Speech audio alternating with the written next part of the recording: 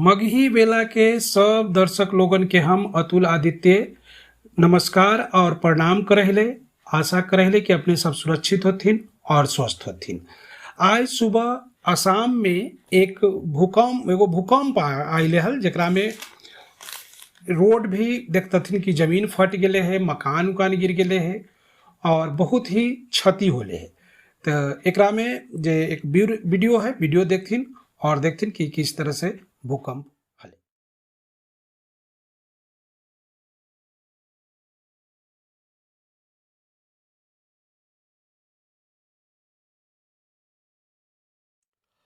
धन्यवाद।